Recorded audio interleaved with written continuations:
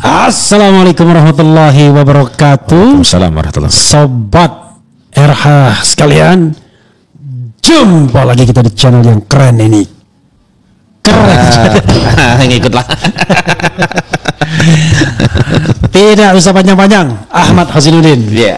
Assalamualaikum warahmatullahi wabarakatuh, bro. Waalaikumsalam warahmatullahi wabarakatuh. Jadi sobat RH sekalian, ada 3 event hari ini yang penting gitu ya, kata Rizman Syanibar.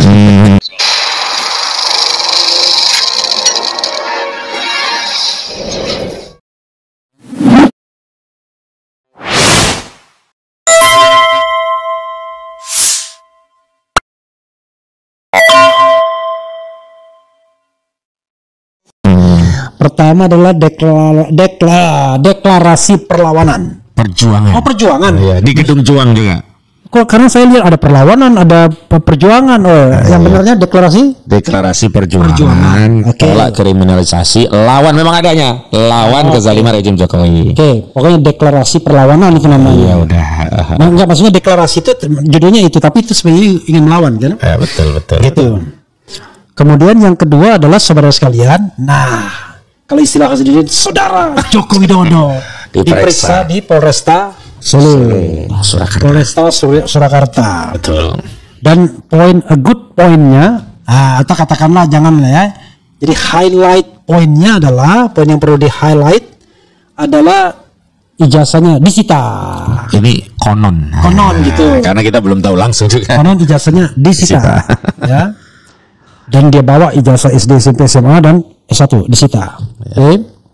Kemudian yang ketiga adalah Bang Rizman diadukan lagi Joko Widodo hari ini ya? Udah kemarin. Iya. Oh, kemarin, Rid. Iya. Ada lagi? Soal apa? Soal kebohongan. Soal kebohongan saya lupa. Oke, nanti dicari dulu. Pokoknya hari ini ada lagi. Jadi Bang Rizman masih di Yogyakarta dia. Oke, saya ingin memulai dari yang ingin Anda mulai. It's up to you. Iya, yang ingin saya mulai adalah bahwa deklarasi yang tadi dilakukan di Gedung Juang Jakarta memang sebuah deklarasi perjuangan untuk meneguhkan 3 hal sesuai dengan pernyataan yang kami sampaikan. Yang pertama, kami ingin menegaskan bahwa tidak boleh di negara kita ada perlakuan berbeda kepada setiap elemen anak bangsa, karena setiap warga negara itu berkesamaan kedudukannya di hadapan hukum Dan pemerintahan. Katakanlah hari ini Dan hukum wajib saja. hukum dan pemerintahan itu tanpa tidak ada Itu lengkapnya lah, ahli tata negara lah. Rincian redaksi atau matan lah kira-kira begitu, demikian. Yang kedua, memang kami tegaskan bahwa apa yang dialami klien kami, Rizman Syanibar, Suryo dan yang lainnya, justru mengkonfirmasi apa yang kita komitmenkan bahwa negara kita negara hukum dan setiap warga negara berkesamaan kedudukan di muka hukum itu tidak terjadi. Ada pembedaan perlakuan terhadap Rizman Syanibar dan kawan-kawan dengan saudara Joko Widodo dan kawan-kawan juga saya sebut, karena laporannya ternyata bukan hanya saudara Joko Widodo, setidaknya ada 6 laporan, walau akhirnya Polda Metro Jaya hanya meningkatkan penyelidikan di 4 laporan.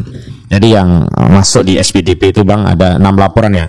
Pertama saudara Joko Widodo, ada Andi Kurniawan, ada Lekhumanan, ada Kapriani, ada Samuel Suwiken, sama ada Kahar Rahayan. Cuman yang naik itu adalah laporan saudara Joko Widodo, Andi Kurniawan, Lekhumanan dan Maret Samuel Suwiken. Kenapa perbedaan perlakuan keduanya? Yang pertama dari sisi proses ya.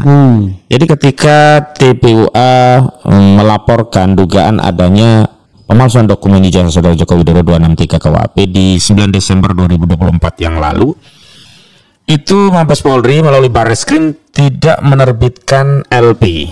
Jadi kalau kita bicara tindakan yang sifatnya pro justisia itu ditandai dengan terbitnya LP, tapi hanya dianggap sebagai pengaduan masyarakat atau laporan informasi di situ. Terus ya, dari Dumas itulah kemudian ditingkatkan menjadi laporan informasi dan dilakukan penyelidikan terkait laporan informasi itu begitu. Dan ini pun belum ditindaklanjuti sebenarnya Bang, baru ditindaklanjuti setelah saudara Joko Widodo di 30 April 2025 membuat laporan polisi. Nah, barulah muncul laporan informasi itu. Harusnya dia hadir di sidang mediasi itu.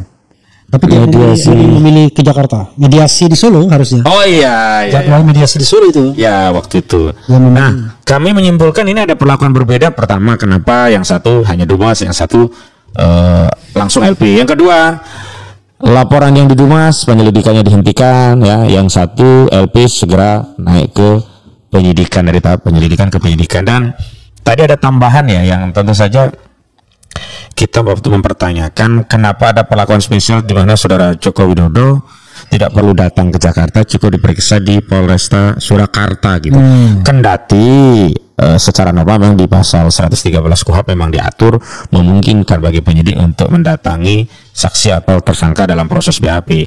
Hanya memang yang menjadi soal adalah sebelumnya itu kan panggilannya Senin yang lalu. Nah, ini juga baru kami terima itu bukan dari Humas Polda Metro Jaya, tapi kami terima dari pengacara Jokowi, rekan Rifai Kusuma Negara, dan salah satu anggota Projo ya, Waketum Projo, Frederick Damanik. Yang keduanya Frederick Damanik kan sendiri itu diperiksa.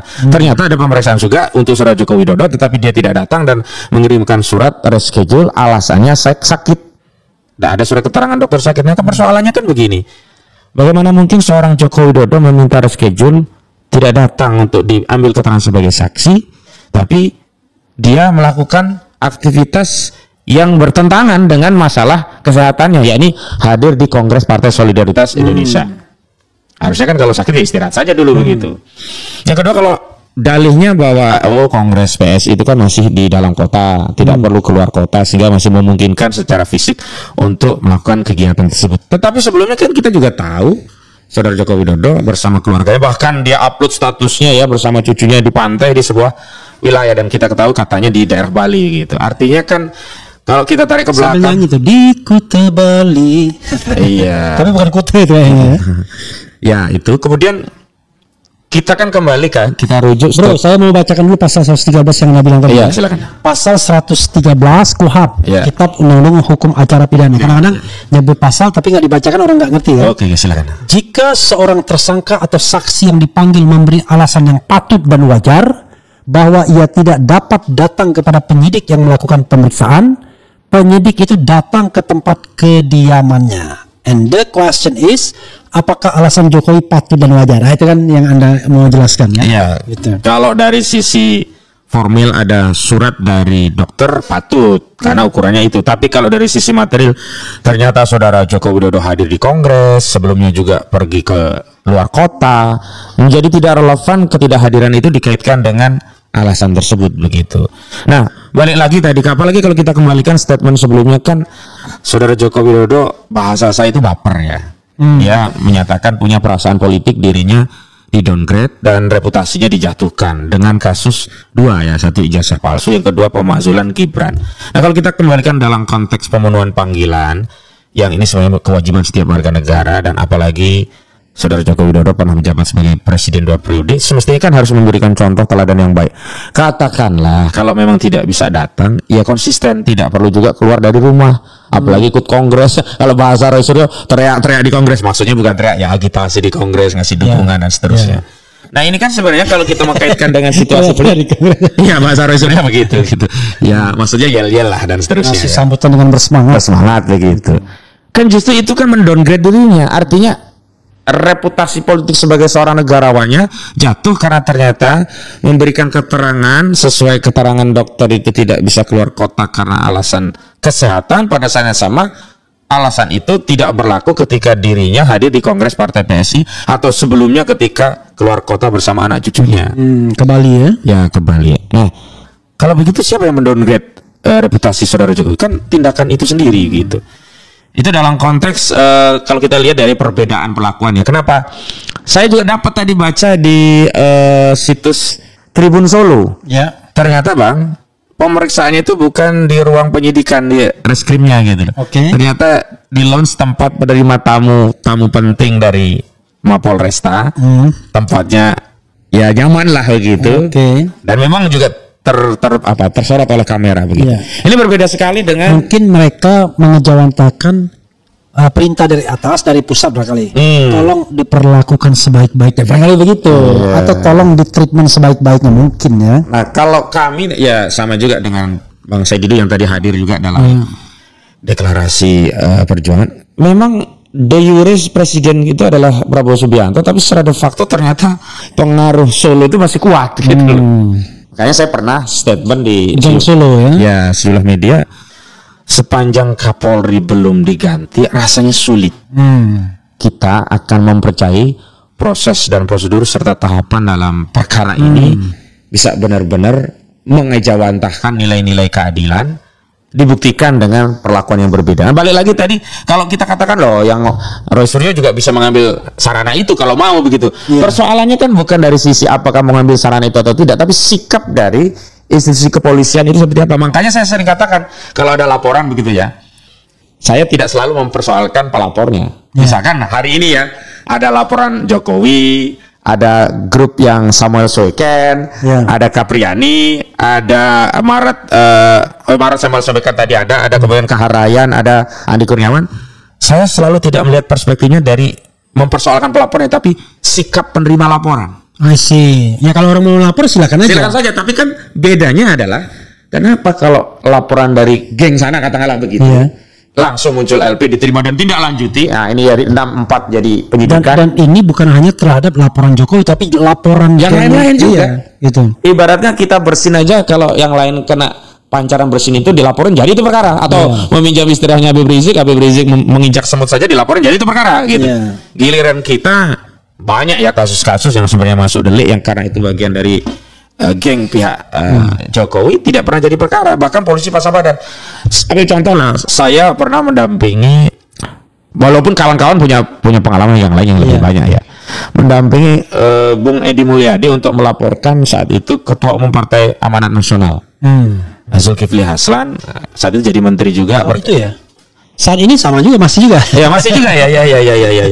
Ya. Saat itu dan saat ini masih Zulkifli Hasan, belum berubah menjadi Zulkifli yang lain begitu. Kan saat kami laporkan kan semestinya paling tidak muncul LP dulu, bahwa LP tadi tidak bisa dilanjutkan ke penyidikan itu hal yang lain. Ya kan, waktu itu kan saat kampanye ya pokoknya sampai tasahud pun ya, karena Prabowo nomor 2 kan ya. Jadi kan mempraktikkan sesuatu yang menurut hemat kami itu tidak layak masuk kategori penistaan agama, sebagaimana fatwa terakhir dari Majelis Ulama Indonesia. Alih-alih diterima di LP, Dumas saja tidak saat itu. Sudah arahnya mau dibuang ke Dumas, tapi kami paham kalau di Dumas itu hanya ditaruh keranjang sampah, ya sudah kami balik badan. Artinya begini, perlakuan yang berbeda, yang tidak equal itu tidak saja dari sisi bagaimana laporan mereka diterima, tapi sikap dari aparat penegak hukum yang selama ini katakanlah beginilah, kadang-kadang ini koordinasi gitu loh ya, kasarnya yang lapor siapapun ya bisa jadi barang kalau penyidik menginginkan itu jadi LP. Hanya perlu legitimasi yang lapor ABC. Contoh dulu laporan dari orang yang namanya Muanas Alaidit ya, ketua Cyber Indonesia, itu jadi perkara semua, banyak itu tokoh-tokoh masuk penjara, tapi giliran laporan kita gagal semua. Nah itu yang kemudian kami lihat dalam kasus Roy Suryo dan kawan-kawan, dia juga diperlakukan sudah tidak equal dalam proses tahapan dan prosedur di kasus dugaan fitnah dan pencemaran dikaitkan dengan dugaan pemalsuan dokumen di Barreskrim. Ya, itu yang kami sampaikan begitu. Dan memang kami tadi juga menegaskan bahwa kasus ini ya, peningkatan penyidikan ini dan satu sisi yang lain di Barreskrim dihentikan, walaupun sebenarnya belum tuntas ya dihentikan itu, karena masih ada gelar perkara khusus yang hasilnya bisa saja memerintahkan kepada Barreskrim untuk menindaklanjuti penyelidikan atau dievaluasi ulang. Tapi tiba-tiba Polda sudah menaikkan penyelidikan ke penyidikan. Harusnya kan kalau di Barreskrim naik kan ini bisa tertunda, karena apa? Bisa saja ijazahnya benar-benar palsu, tapi kita juga kemudian punya kesimpulan, dengan ditingkatkannya penyelidikan ke penyidikan, nah berarti kalau batu fulan ya, dugaan kuat kita yang di Biro Wasdik hasilnya akan sama dengan apa yang sebelumnya sudah diumumkan oleh Barreskrim Mabes Polri dari Direktur Tindak Pidana Umumnya ya Johandani Rajapura. Nah yang ketiga, kami tadi tegaskan komitmen bahwa Rizwan Sianipar, Roy Suryo, Tifauzia Tiasuma, kemudian Kurniatri Royani, Egy Sujana, Damai Hari Lubis, Benyamin Sinaga, Nudian Susilo, Babe Aldo, termasuk Abraham Samad, juga Rizal Fadila dan yang lain, itu tidak sendiri, Pak. Kita semua membersamai, karena balik lagi bahwa Masalah ijazah palsu ini yang butuh untuk dibongkar seterang-terangnya bukan hanya kepentingan Roy Suryo, Rismond Syahriban dan yang lain, tapi ini sudah kepentingan seluruh rakyat Indonesia. Nah, kita tidak ingin ya orang-orang ini yang dinomenklaturkan sebagai terlapor ada 12 orang dianggap penjahat. Makanya kita sebut tadi ini adalah pejuang begitu. Karena ini pejuang ya harus kita backingi atau harus kita bersamai. Begitu Bang acara deklarasi tadi. Kan ada 12 orang terlapor ya. Dari 12 orang itu bisa dikategorikan 3 kelompok. Kelompok TPUA, kelompok profesional peneliti independen, kemudian kelompok YouTuber. Cuman orang nanya mengenai Abraham Samad. Abraham Samad ini masuk mana? Masuk karena dia YouTuber atau masuk karena dia tokoh? Karena kalau dia tokoh yang mengkritik, karena nggak banyak juga ya rasanya dia menyampaikan gagasan pendapat soal ijazah palsu ini rasanya. Iya, sebenarnya klasifikasi itu belum bisa kita pastikan karena memang Abraham Samad lah yang kemudian siapa si Ababe Aldo, juga si satu lagi ya si Susilo itu belum pernah diperiksa. Sehingga peran dia apa dalam konteks perkara ini kita belum tahu. Memang kalau Kurnia Triroyani, Rizal Fadilah, termasuk Damai Hari Lubis ini berkaitan dengan kegiatan yang lanjang sana ke Jogja dan ke Sulu seputaran itu. Nah, kalau Roy Suryo, Rismond dan Tifa itu juga berkaitan dengan penelitian-penelitian mereka yang hasil penelitian mereka komunikasikan kepada publik melalui sejumlah podcast dan juga akun-akun yang mereka miliki, khususnya Twitter, ada juga YouTube, ada juga YouTube sama Twitter lah itu. Nah, memang kemudian kita berpraduga karena sepulang dari Jogja itu memang ada juga podcast-podcast yang dilakukan di Abraham Samad, baik Roy Suryo, Tifauzia Tiasuma, termasuk Kurnia Triroyani memang di podcast. Nah, dugaan kita memang ada 3 klaster tadi begitu. Kalau tadi di deklarasi kita bagi 2 klaster saja. Apa? Pertama, klaster tokoh-tokohnya, hendak kita bedakan lagi apakah TPU atau tidak. Yang kedua, klaster YouTubernya. Nah, Abraham Samad kami juga masuk di klaster YouTubernya tadi. Gitu. YouTuber yang kebetulan tokoh. Ya, jadi ada 4 YouTuber yang disasar. Kemudian ada 8 aktivis atau akademisi yang disasar menjadi terlapor begitu. Kan sebenarnya ada persoalan dengan kita belum membahas soal kedatangan Jokowi ya. Belum. Ini masih deklarasi dulu ini. Deklarasi dulu ya. Deklarasi dan kaitan yang status 12 itu ya. Betul. Kan dia dinaikkan sebagai tersangka karena dianggap ada tindak pidana yang ditemukan, kan begitu? Saya koreksi. Saya koreksi. Dinaikkan ke level penyidikan karena sudah ada dugaan tindak pidananya. Nah, sekarang tinggal mencari siapa tersangkanya karena penyidikan begitu. Persoalannya adalah apa ya dasar Polda untuk menaikkan ke tahap penyidikan sementara dia tidak pernah memegang ijazah aslinya, kan begitu? Iya. Karena yang sepanjang saya baca di Perkap, fotokopi itu hanya bisa dijadikan barang bukti untuk diperiksa di laboratorium forensik kalau kita ingin periksa apakah ini fotokopi dari yang asli apa enggak. Apakah dia ternyata bukan fotokopi dari yang asli, kan begitu. Nah, pertanyaannya adalah Polda memegang fotokopi. Tapi kan sekali lagi barangkali fotokopinya sama dengan yang dipegang Jokowi. Jadi fotokopi semua. Cuman remains kan the question still remains, apakah yang fotokopi dari fotokopi itu asli, kan begitu. Tetap saja pertanyaannya sama begitu. Nah, dengan ketidakjelasan apakah itu asli atau tidak, apakah dari sumber yang asli atau tidak misalnya, maka jadi pertanyaan. Apalagi ditambah pernyataan dari Profesor Kuncoro dari UGM katakan yang mengindikasikan itu Jokowi itu punya ijazah asli, tapi belum tentu apa yang beredar selama ini. Misalnya begitu, itu secara implisit dibilang begitu. Dia cuman sekedar apa gitu. Ini kan malah tambah membingungkan kita. Iya. Lalu dasarnya apa untuk meningkatkan menjadi proses kepenyidikan itu dengan mengindikasikan sudah ada dugaan tindak pidananya? Silakan dieksplorasi. Justru itu, Bang. kami pada Senin yang lalu, lupa saya tanggalnya, pokoknya Senin yang lalu, itu mendatangi Reskrimum Polda Metro Jaya, menyerahkan 2 surat sekaligus. Pertama, surat yang ditujukan kepada Kabak Wasidik Polda Metro Jaya, Reskrimum ya Polda Metro Jaya. Tujuannya hampir sama dengan surat yang kami kirim ke Biro Wasidik Bareskrim Mabes Polri. Bedanya, kalau di Bareskrim itu ada tindakan penyelidikan yang dihentikan dengan sebuah gelar perkara yang kami tidak dilibatkan, maka kami minta gelar perkara khusus. Sedangkan di Polda Metro Jaya ada tindakan penyelidikan, bukan dihentikan tapi ditingkatkan penyidikan, kami kembali minta gelar perkara khusus. Kenapa? Karena baik penghentian penyelidikan atau peningkatan penyelidikan ke penyidikan itu semuanya harus ada dasar, dan dasar itu terklarifikasi dalam sebuah gelar perkara, dan gelar perkara itu yang tidak kami ikuti, padahal kami pihak berkepentingan. Nah, sebenarnya kalau tadi pertanyaan yang Bang Refli sampaikan ke kami, ini juga akan menjadi pertanyaan kami kepada para penyelidik. Apa dasarnya peningkatan dari penyelidikan menjadi penyidikan? Kalau kita kembali ke KUHP, penyelidikan itu kan untuk mencari apakah peristiwa itu ada kejahatannya atau tidak. Nah, kalau dia simpulkan ini ada pidana, di mana ya korinah, indikasi atau parameter itu sebuah kejahatan? Kalau kita bicara kembali ke laporannya, kita fokus dulu ke delik aduannya dulu ya. Yang lainnya kita kesampingkan dulu.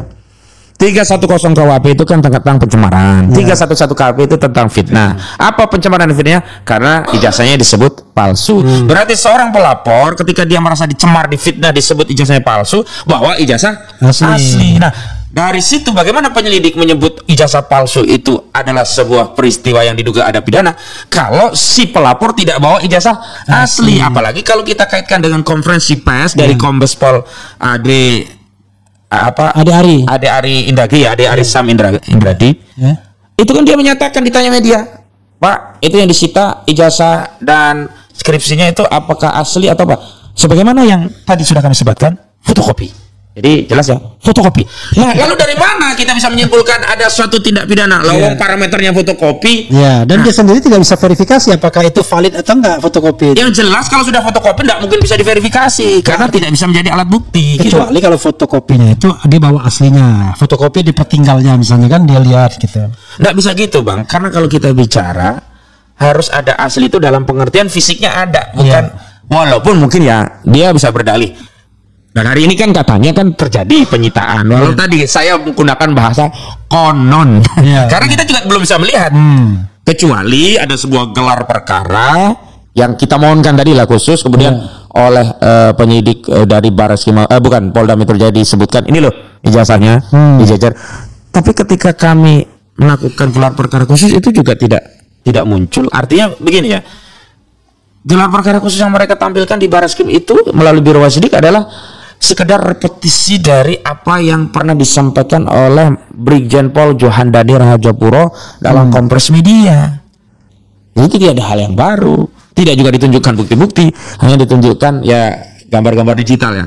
Lalu kami selalu bertanya, kalau selama ini analisa Rismond Roy itu dianggap tidak relevan karena sumber dokumennya itu bukan analog, ya digital, padahal skripsi itu atau ijazah itu fisiknya bersifat analog, tapi saat gelar perkara yang ditujukan juga digital lagi gitu loh. Jadi kan muter-muter. Artinya gini, Bang, kalau kita bicara kebenaran, salah satu parameter kebenaran itu adalah konsistensi. Nah, dari sisi konsistensi ini aja udah nggak konsisten, inkonsisten lah katakan demikian. Jadi wajar kalau kami meminta. Nah, nanti pertanyaan kan begini, apakah permintaan itu dipenuhi atau tidak? Itu kan kembali subjektivitas Polda. Tapi kalau kita berkaca pada presiden yang terjadi di Biro Wasidik Bareskrim Mabes Polri, menjadi tidak konsisten lagi kalau Polda juga tidak melakukan gelar perkara khusus. Wong atasannya saja di Bareskrim juga melakukan itu, begitu, Bang. Oke, yang menarik lagi dari SPDP itu kita tahu yang ada mencantumkan 12 terlapor di tembusin surat gitu ya. Itu ada lokus dan tempus delicti 22 Januari. Itu. Dan itu dia menyebut itu. Pertanyaan saya, apa kaitan 12 orang itu dengan tanggal 22 Januari? Saya khawatir. Saya tanya Babe Aldo, saya itu di Mekah, Bang, katanya waktu itu. Lagi di Mekah. Nah, saya tidak tahu yang lainnya. Tapi bayangan saya nggak mungkin rasanya 11 itu ngumpul di 22 Januari. Kemudian terjadilah dugaan tindak pidana itu Jadi 22 Januari itu ada penghasutan, ada penyebaran berita bohong, ada ujaran kebencian, ada pencemaran nama baik, ada fitnah, kemudian ada pemalsuan dokumen. Bukan pemalsuan dokumen, atau membuat dokumen, mengedit dokumen seolah original. 35 dan 32 itu. Ya, kemudian mengupload dokumen tanpa izin, menggunakan dokumen. All together di tanggal 22 Januari. Karena coba baca SPDP-nya kan Januari. Sebenarnya itu adalah SPDP yang memuat peristiwa yang bermasalah sebagaimana undangan klarifikasi awal. Kan undangan klarifikasi awal kan juga begitu, Bang. 26 Maret. 26 Maret tapi tidak dijelaskan peristiwa apa dan seterusnya. Baru kemudian setelah ada pemeriksaan dalam undangan klarifikasi keluar statement itu bukan dari penyidik, dari Kabid Humas Polda Metro Jaya yang menyatakan bahwa di 26 Maret Saudara Jokowi melihat scroll HP di daerah Karet. Di daerah Karet itu daerah mana? Kuningan ya. Lalu makanya Jakarta Selatan. Iya, Jakarta Selatan. Lalu dia konsultasi dengan lawyernya. Lawyernya mengumpulkan 22 atau 24 video yang berkenaan dengan scroll ini lalu dilaporkan. Kan nggak relevan begitu. Padahal sebelumnya lawyernya mengatakan bahwa mereka sudah menyiapkan data-data kalau mau melaporkan Roy CS kan gitu kan? Waktu itu dia nggak nyebutkan Roy CS. Tapi kalau Jokowi mau melakukan laporan pencemaran nama baik gitu, itu berarti di feeding sama Bapak tolong ini mungkin ya. Exactly. Makanya kan nggak konsisten pula begini. Kalau dalam konteks rilis media, kuasa hukum Jokowi kan sudah menyebut limitatif 5 inisial, yang kemudian kan kita tafsirkan 5 inisial itu ES Egy Sujana, RS. Tapi begini sebelum kan, tapi tak relevan akhirnya kalau 22 Januari sebagai lokus dan tempus deliktinya setelah orang diperiksa 26 Maret. Maka itu turun lagi berarti. Pak, ada nggak Pak Bapak yang lebih lama nonton? Sebenarnya kan saya ingin menjelaskan tadi parameter kebenaran konsisten. Saya kaitkan dengan yang awal memang sudah nggak konsisten. Yang ini juga karena kita kan belum diperiksa ya yang kedua itu Bang. Ini juga indikasinya juga nggak konsisten. Artinya begini, akhirnya sudahlah, hajar dulu, hantam dulu lah. Bukti belakangan, yang penting naik dulu kasus, naik dulu barang. Kalau perlu tersangkakan barang ini, bila perlu tahan dulu. Perkara ini terbukti atau tidak di pengadilan urusan nanti. Dan itu sudah nanti putusannya ya udahlah sesuai dengan masa tahanan. Mending kalau begitu, kalau dipaksain kayak Bambang Tri, akhirnya apa? Dia pertama dianggap 156A KUHP tentang penodaan agama karena mubahalahnya Gus Nur. Kedua dianggap mengedarkan kebencian dan permusuhan berdasarkan suku agama ras antar golongan. Baru tentang pasal mengedarkan kabar bohong, menyebarkan berita bohong. Ujung-ujungnya kan yang dua nggak terbukti. Yang awal justru pakai dakwaan kabar bohong, dituntut maksimum. Kemudian divonis 6 tahun. Banding baru berubah ke 28. Maksud saya begini. Kalau sudah begitu kan targetnya bukan lagi untuk menegakkan hukum. Katakanlah kalau menegakkan hukum kan normatif. Kalau subjektif dia kan bukan menegakkan hukum. Tujuannya kan ingin memulihkan wibawanya, kehormatannya, karena merasa dihinakan sehina-hinanya, direndahkan serendah-rendahnya. Tapi kan kalau sudah begitu targetnya kan menjarain orang. Padahal saya berkali-kali nyampaikan, kalau tujuan daripada tindakan Saudara Joko Widodo untuk memulihkan kehormatan, wibawa, dan derajatnya karena merasa dihinakan sehina-hinanya, direndahkan serendah-rendahnya, ya cara paling praktis adalah menunjukkan ijazah aslinya dan persilakan diobservasi. Bukan dengan bikin laporan polisi. Kenapa? Dulu Bambang Tri dan Gus Nur sudah dilaporkan oleh orang lain, tidak pakai Pak Jokowi langsung ya. Dan sudah divonis. Apakah kemudian itu membuat wibawanya kembali baik dan orang menjadi yakin malah bertambah-tambah? Ya katakanlah begini, orang apakah berpikir begini, Jokowi itu jasanya asli, apa buktinya? Itu Bambang Tri dan Gus Nur di penjara. Kan nggak nyambung Bang antara apa yang ingin diyakinkan dengan argumentasi yang disampaikan. Beda dengan Jokowi itu jasanya asli, apa buktinya? Jasanya dikasih tahu dan diobservasi ternyata memang asli. Roy Suryo melihat langsung juga asli. Itu pokoknya intinya Anda Khosinuddin akan meminta maaf kepada Saudara Jokowi seandainya dia menunjukkan ijazah dan setelah diteliti asli ternyata. Nah kalau saya kan lawyer Bang, nggak boleh diidentikan dengan klien. Tetapi Roy Suryo Rismon menyampaikan kalau memang terbukti nggak ada masalah. Bahkan ini ada cerita yang mungkin Abang juga pernah dicurhati saat Rismon Syanipar datang ke Fakultas Kehutanan kan berharap dirinya salah sehingga selesai. Tapi begitu megang kok barangnya memang bermasalah gitu loh. Sama persis waktu suasana kebatinan saya Bang, saya pengen cerita ya. Saat Bambang Tri dan Gus Nur itu diadili kan selalu pertanyaan ijazah aslinya mana, ijazah aslinya. Lalu muncul satu teman SMA-nya saya lupa, Joko Wahyudi. Ditanya oleh hakim, Bawa ijazah asli enggak? Bawa. Oh, kami semua tegang bawa ijazah asli. Kan selama ini kan ijazah asli Jokowi yang tinggal ditunggu. Iya.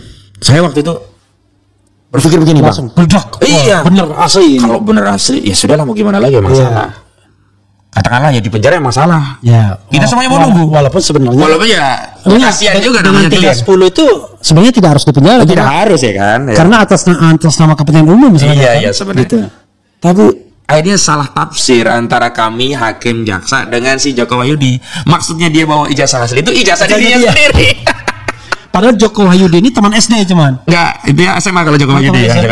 Kalau teman SD-nya ada satu yang meninggal itu. Iya. Bambang siapa gue lupa. Iya. Iya, dia hari pertama ikut sidang tapi tidak sempat terperiksa karena banyak antri. Hari berikutnya nggak hadir. Saya tanya, "Kemana Pak Jaksa?" Beliau kena serangan jantung meninggal gitu. Saya juga khawatir kalau kasus ijazah palsu Jokowi ini dibawa lagi, kan itu semua diperiksa lagi tuh. SD, SMP, SMA sampai UGM. Saya khawatir juga Pak Kasmujo nanti diperiksa jantungan pula dia. Ditanya, kalau saya Pak Kasmujo sudah menyiapkan pertanyaan begini, Pak Kasmujo, panjenengan itu ya, apakah dosen pembimbing skripsi Pak Jokowi? Dia pasti jawab enggak. Apakah dosen pembimbing akademik Pak Jokowi? Dia saja jawab enggak. Apakah ya dosen pembimbing saja? Dia juga akan jawab enggak, saya bukan apa-apanya. Nah kan berarti bohong saudara Jokowi. Tadi kan waktu dia diperiksa di Solo, dia menyatakan pembimbing pembimbing saya itu pembimbing skripsi saya adalah insinyur, profesor, doktor, insinyur Ahmad Sumitro. Pinter. Di reverse orang yang sudah meninggal gak bisa kita tanya. Iya. Coba kalau dia sebut Kasmujo, kita kejar ternyata Kasmujo ngomong lain gitu. Nah, cuman kan belum jelas. Dia hanya mengakui Kasmujo pembimbing saja. Pembimbing dalam konteks apa kan nggak nyambung gitu loh. Mungkin pembimbing spiritual jangan-jangan. Iya, yang menunjukkan jalan yang lurus gitu agar tentram di alam yang baka. Enggak tahu kalau itu. Bro. Ya. Izinkanlah saya beristirahat. Kita akan lanjutkan sebentar lagi. Oke, silakan. Don't go anyway, saudara sekalian. Pada bagian sequel berikutnya. Bukan, sequel perlawanan ini. Ya. Silakan closing statement dulu. Sebelum kita lanjutkan bicara mengenai Solo. Babak baru pemeriksaan Jokowi dan kemungkinan-kemungkinannya. Silakan. Baik. Jadi yang pertama ingin saya sampaikan kepada seluruh rakyat Indonesia, pemirsa RH Channel dan yang lainnya. Kita hari ini sedang butuh kebenaran, dan kebenaran itu memang harus ditopang dua hal. Satu kejujuran, yang kedua keberanian. Sejumlah orang sebenarnya sudah berusaha masuk kepada area kejujuran dan keberanian untuk mengungkap kebenaran.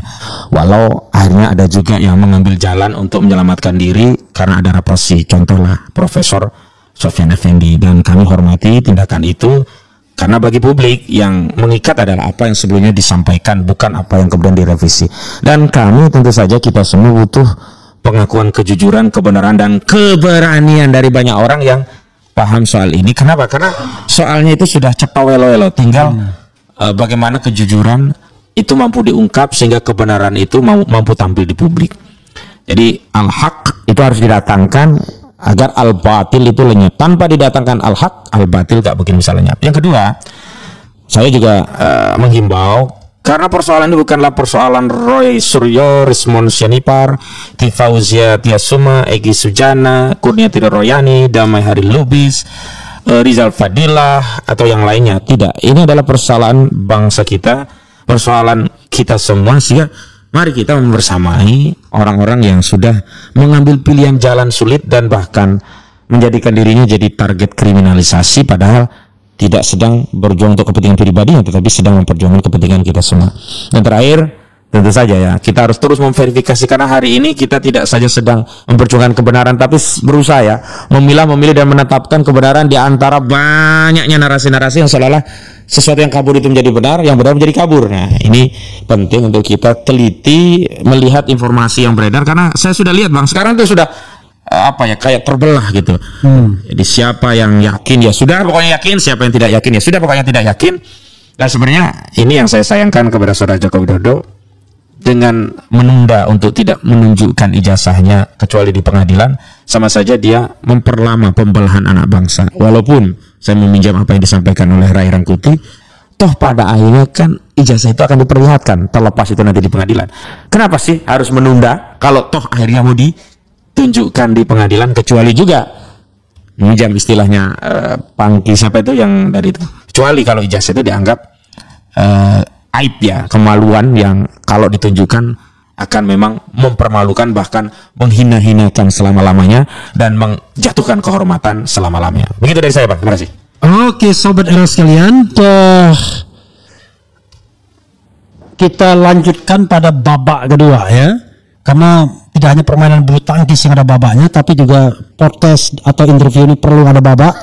Karena saya membutuhkan sedikit menghirup udara dan kemudian menghirup kopi. Aduh, masih ada. Don't go anyway. Sebentar lagi ya. Stay tune. Wassalamualaikum warahmatullahi wabarakatuh. Keren cadas.